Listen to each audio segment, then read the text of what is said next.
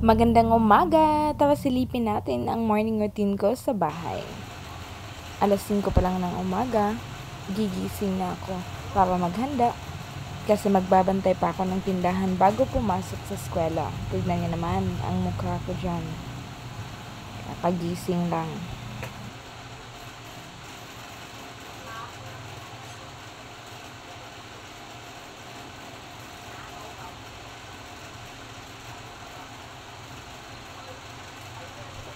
I-off ng electric fan kasi ang ingay-ingay.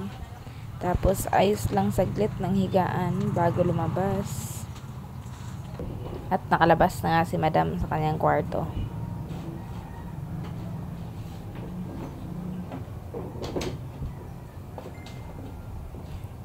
Hihilamos pa yan. Tarang! Hugas-hugas ng kamay bago maghugas ng face. Wow, bulaga. Talagang nilapit pa sa camera ang mukha. Ayun. At natapos na. Tapos nang maghilamos, nagbihis na rin ako at bumaba na. Maaga pa yan, mga 5:30. Nakababa ako. Nagsipilyo lang bago pumasok. O bago pumunta na, nagsuklay rin kasi nakakahiya naman sa mga customers kung papasok ka sa tindahan, magbabantay ka tapos mukha kang aswang sa buhok mo. Yan, nagbantay na ako dyan. Ganito ako pag umaga. Nagbabantay ng tindahan, kakausap sa mga customers, tapos minsan naglalagay rin ako ng mga displays ng mga pagkain o kahit anong paninda ng tiyahin ko. Yan, tingnan nyo lang ako magtinda. Hindi talaga ako palangiti, guys. Yan naman, hindi ako umingiti sa video. Talagang ganyan ang mukha ko. Sabihin naman ng iba, masyadong maldita.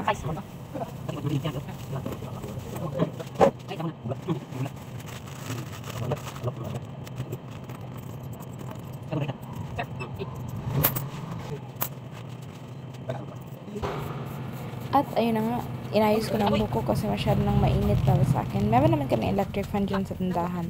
Ayoko lang siyang paandawin pag masyado pang maaga kasi hindi ko feeling ko masyado magkakasakit ako sa hangin na nalabas ng electric fan. Kaya ayan, kahit sobrang init, inayos ko ng buko para hindi dumagdag sa sa init na nararamdaman ko.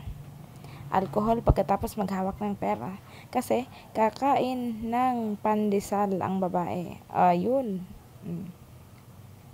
Kain. Hindi ako nagkakape kasi sumasakit siyan ko pag nagkakape ako. Kaya pandesal lang ang kinakain ko. Madalas hindi na ako kumakain, minsan lang. At sa time na yan, ayan na nga, kumain na nga ang babae.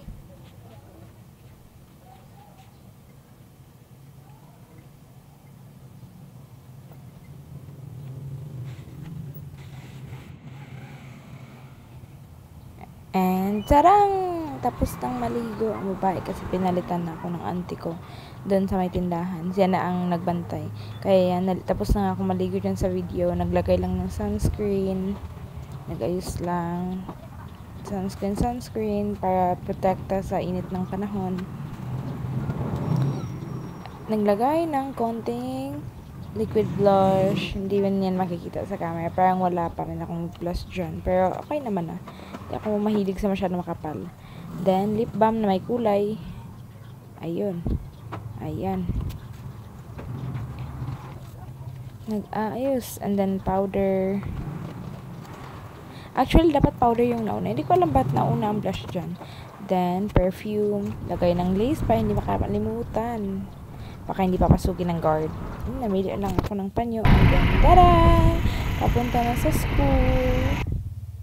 Bye!